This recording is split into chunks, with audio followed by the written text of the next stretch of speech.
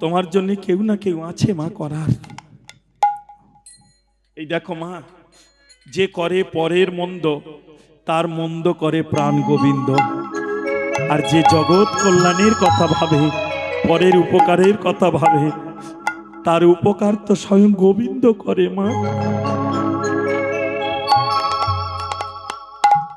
সব সময় জীবনে একটা কথা বলে যাই ছোট্ট করে মা, কারোর যদি ভালো না করতে পারিস করবি না, কিন্তু কারোর খারাপ কোনোদিন চাইবি না। দেখবি গোবিন্দ একদিন না একদিন তোকে ডাকবেই ডাকবে মা।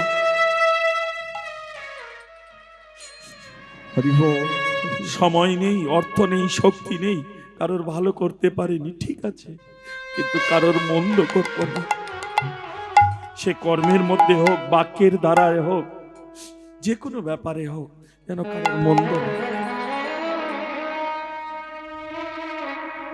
ত্রিবেণী সঙ্গম, চরণ চরণ দর্শন করে দেখলাম উপরে যমুনা শ্যামল বরণ, নিচে সরস্বতী শ্বেত বরণ, পাশেতে গঙ্গা, এই সাদা আর কালোর মাঝখানে একটা ঘোলাটে ঘোলাটে ভাব, প্রত্যেকের চরণে দাগ আছে দেখো, পাশেতে গঙ্গাটি। তবে ললিতা আশ্চর্য কি জানিস, তোরা যে ত্রিবেণী এলাহাবাদ বলছিস, এই কুম্ভ মেলাতে যারা মনে বাসনা নিয়ে জলে ডুবে মারা যায়, পরজনমে তাদের বাসনা পূর্ণ হয়। যে যে যা বাসনা নিয়ে মরবে তার সেই বাসনা পূর্ণ হবে। শাস্ত্রের বিধানে মিথ্যা নয়, তার প্রমাণ আছে ছোট হরিদাসের জীবনী। চৈতন্য ভাগবত অধ্যয়ন করে দেখবেন, ছোট হরিদাসের জীবনীতে পাবেন। হরিদাস দুজন মা, অনেকে বলে জবন হরিদাস, বৈষ্ণব জগতে জবন হরিদাস বলে না, তাকে বলে নামাচার্য হরিদাস, যিনি 3 লক্ষ নাম নিত্য ভগবানের জন্য নয়, 1 লক্ষ নিজের জন্যে, 1 লক্ষ জগজীবের জন্যে, আর 1 লক্ষ ভগবানের মঙ্গলের জন্যে নাম করেছিলেন। আমরা নাম করি, কীর্তন করি আমাদের মঙ্গলের জন্য, কই আমরা ভগবানের মঙ্গলের জন্য তো করি না। হ্যাঁ, ভক্ত কেমন দেখেছ মা, ওই জন্য বলল কোটিতে কোটি, 1 কোটির মধ্যে একজন কৃষ্ণ অনুরাগী ভক্ত হবে কিনা বলা যায় না বাবা।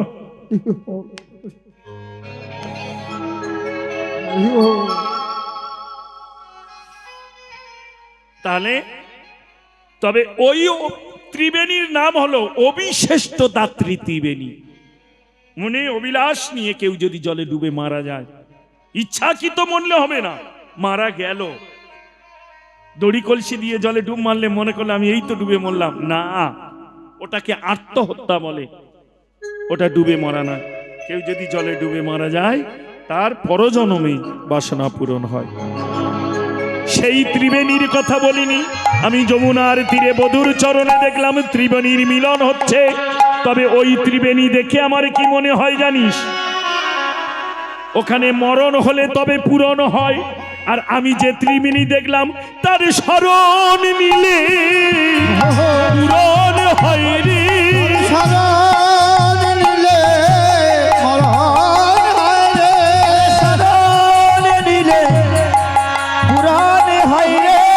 বলে ডুবে মরিতে হয় না কারে, শরণ নিলে পূরণ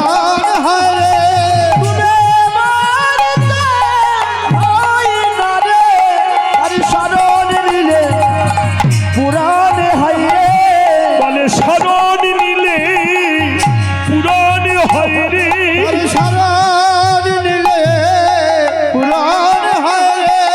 বলে ডুবে মরিতে হয় না কারো, বলে হাগু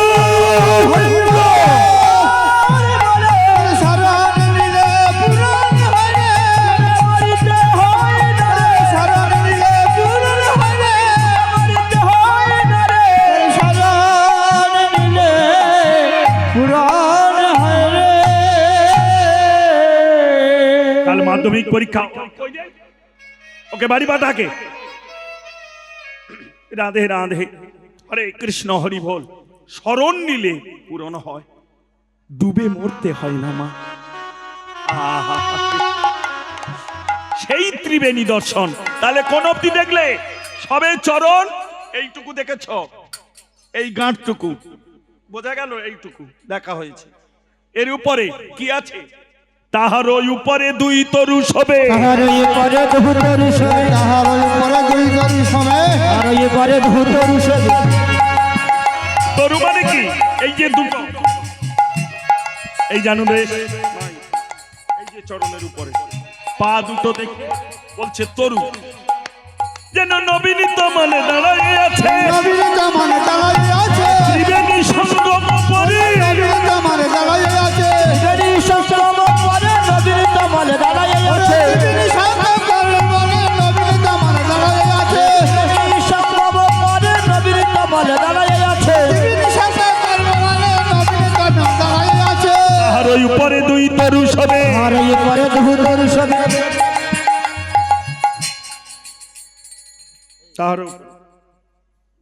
তারও নিম্নে সরোবর, সরোবর পরি নীলমণি দলে দুলিতেছে নিরন্তর। এ তো রসিকি ছাড়া কে বা জানে, রসিকি ছাড়া কে বা জানে, রসিকি ছাড়া কে বা জানে, আমি যদি জানি ওরে রসিকি ছাড়া কে বা জানে, জানে জানে আরে রসিকি ছাড়া কে বা জানে, জানে জানে আরে রসিকি ছাড়া কে বা জানে। তাহার ওই উপরে রহু সরোবর, তাপিত হৃদয় বয়, সরোবর পরি চাঁদের বসতি, তাপর কমল রয়, কমল উপরে খঞ্জন নাচিছে। মানে যেগুলো আপনারা চেঁচে চেঁচে শুরু করে দিচ্ছেন ওইগুলো, কমল উপরে খঞ্জন নাচিছে, কিবা অপরূপ শোভা। তাই না? অলকা পরি ময়ূর নাচিছে, এই যে তিলক তার উপরে ময়ূর নৃত্য করছে, কিবা অপরূপ শোভা। জ্ঞান দাসে কহে, আহা, অলকা পরি ময়ূর নাচিছে, কিবা অপরূপতায়।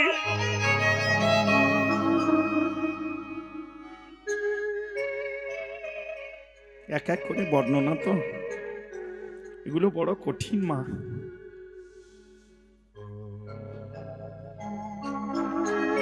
অলকা পরি ময়ূর নাচিছে, কিবা অপরূপতায়। জ্ঞানদাসে বলে, এই যে জগমন লোভা, বলল জগতে এমন রূপের, যে রূপ দর্শনের আসে, শিব শ্মশানে বসে আছেন।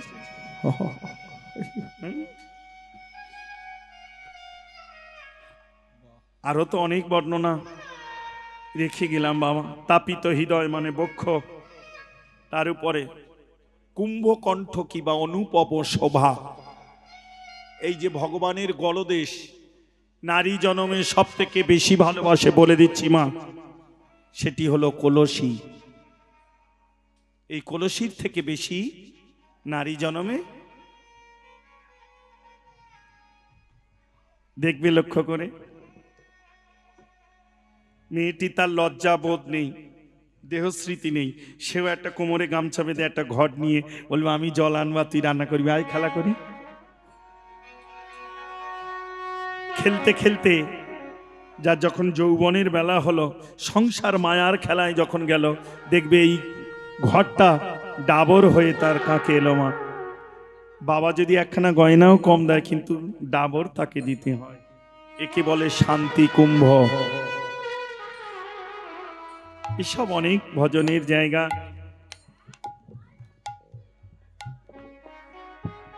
জয় রাধে, হরে কৃষ্ণ, হরি বল। হ্যাঁ, জয় রাধে। রাধা রানী বলল, সখীরে এক এক করে বর্ণনা। কুম্ভ, কলসির কণ্ঠ যেমন, আমার গোবিন্দের কণ্ঠটা তেমন।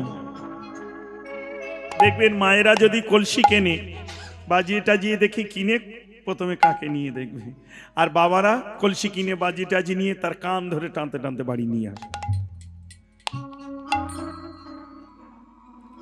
আর এক মা বলল, ছেলে না, তখনকার দিনে গ্রাম অঞ্চলে, এখন তো পাওয়া যায় না, তখনকার দিনে গ্রাম অঞ্চলে বড় বড় কলসি পাওয়া যেত। মায়েরা জল নিয়ে একা তুলতে পারতো না, আরেকজন তুলে দিত কোমরে নিয়ে থাতি মেরে। হ্যাঁ, জানিস দিদি আমার ননদটা কত গল্প কল্পনা, ভালো করে মিলিয়ে দেখবে মা। এখন তো সায়েন্সের যুগ, উন্নত হয়েছি, পাক দিলে জল পড়ে, দেয়াল টিপলে আলো জ্বলে, তখন তা ছিল না বাবা। হ্যাঁ, ওই জন্য কলসিগুলো আর এখন নেই মা। হ্যাঁ, কলসি আছে, তবে কাগজে মুড়ে সানসেটে তোলা আছে। আর যত বোতল ডেলিভারি যাচ্ছে, সে গুরুদেবেও এসে যদি বলে মা একটু জল দিবি, সঙ্গে সঙ্গে বলে টেপা বোতলটা দে তো। গুরুদেবও চমকে যায়, চাইলাম জল দিচ্ছে, বোতল আছে কি তা তো জানি না। নেই, সব বোতল বেরিয়ে গেছে। রাধে রাধে, হরে কৃষ্ণ হরি বল।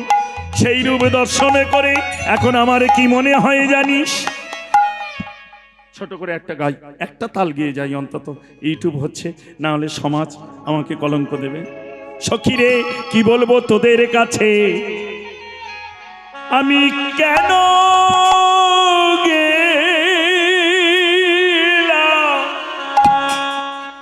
কেন গেলাম,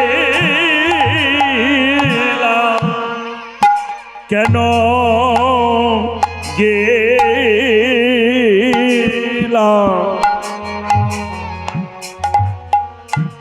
ওই যমুনার জলে, আগে জানলে জলে যেতাম না, আগে জানে জলে যেতাম না, সে যে শ্যামদা নাই ছিল রে। আগে জানলে জলে যেতাম না, হাটে শ্যামদা ছিল রে। আগে জানলে জলে যেতাম না, হাটে শ্যামদা ছিল রে। আগে জানলে জলে যেতাম না, হাটে শ্যামদা ছিল রে। আগে জানলে জলে যেতাম না, হাটে শ্যামদা ছিল রে। আগে জানলে জলে যেতাম না, হাটে শ্যামদা ছিল রে। আগে জানলে জলে যেতাম না, হাটে শ্যামদা ছিল রে। আগে জানলে জলে যেতাম না, ওই জনার জলে। ললিতারে কি বলবো তোদের কাছে, কেন গেলাম, কেন গেলাম, কেন গেলাম যমুনার জল। আহারি রে কেন গেলাম, কেন গেলাম, কেন গেলাম যমুনার জলে।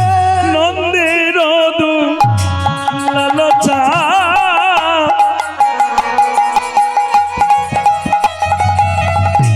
সে যে পাতিয়ারু রূপের আরে নন্দের লালচা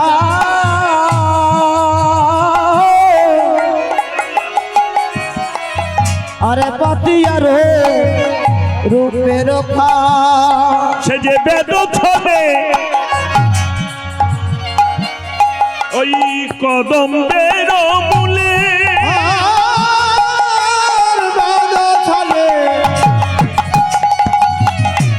কদমার মূলে, বেদ ছলে কদমের মূলে।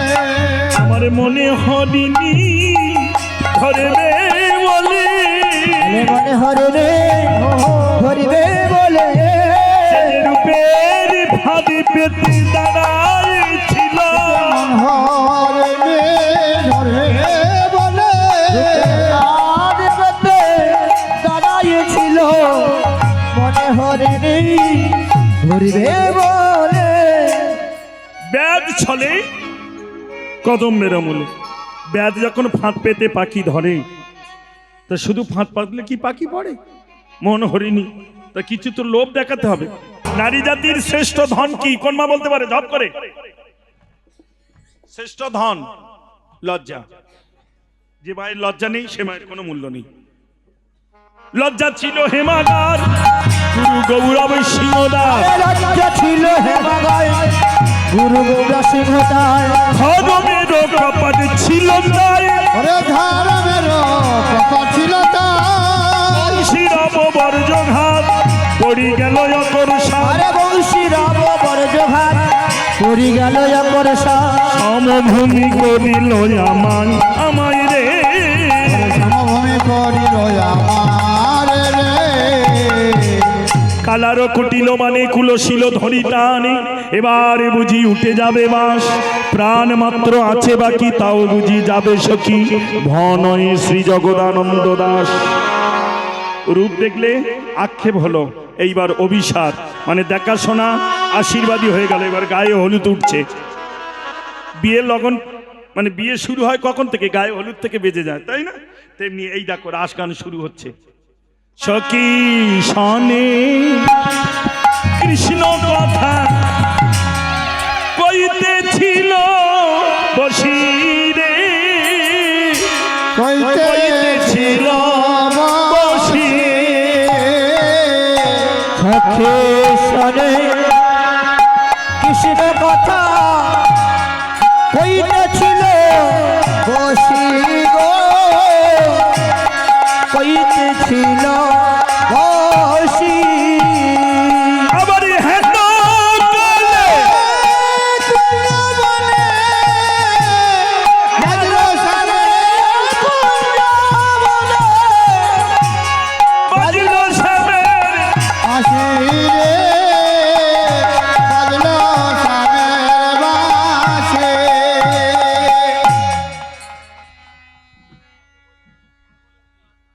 একটু বলে ধরুন দেয় না বাবা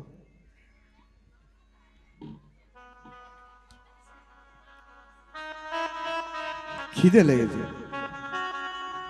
সে খিদে লাগে লাগুক অত মেয়ের মধ্যে ওই ছেলেটা অত কেন বকে সব দিকে আমার লক্ষ্য রাখতে হচ্ছে শোনো মা নারী জনমের শ্রেষ্ঠ ভজন উলোধ্বনি পরবর্তী দলে শিখেছে বাহ রাধে রাধে বাবা হ্যাঁ নারী জনমের শ্রেষ্ঠ ভজন উলুধ্বনি আস্তে সবার দিতে নেই জননী আমার মা এসে গেছে মহারাজ নিয়ে সবাই দেবে না সেই মা উলুধ্বনি দেবে না কারা যে মায়েদের উপরে জিনিসপত্র দেওয়া আছে বোঝা গেল লিপস্টিক ওই বললাম আমি বলেছিলাম আমি বলবো না মোছামুছি করছে দেখেন যাদের লাগানো নেই দেওয়া নেই তারা দিও হ্যাঁ হরি অভিসারে চলো বিনোদিনী রাধা হরি অভিসারে চলো বিনোদিনী রাধা আবার নীল বসনে মুখ ঝাঁপিয়াছে রাধা নীল বসন মুখ ঢাকিয়াছে রাধা চলিল ললিতা সখী ফুল সাজি সঙ্গে চলিল ললিতা সখী ফুল সাজি সঙ্গে আগে আগে ফুল ফেলি যায় নানা রঙ্গে আগে আগে ফুল ফেলি যায় নানা রঙ্গে ফুলের ওই উপরে ধনী পদ দিয়া যায় ফুলের উপরে ধনী পদ দিয়া যায় আবার বৃন্দাবনের কত দূরে সখিরে সুধায় ওরে বৃন্দাবনের কত দূরে সখিরে সুধায় যদুনাথে দাস বলে বড় ভালো ভালো যদুনাথ দাস করে বড় ভালো ভালো এবার সখী শনি রাধা রানী অভিসারে গেল ওরে সখী শনি রাধা রানী অভিসারে গেল আরে সখী শনি রাধা রানী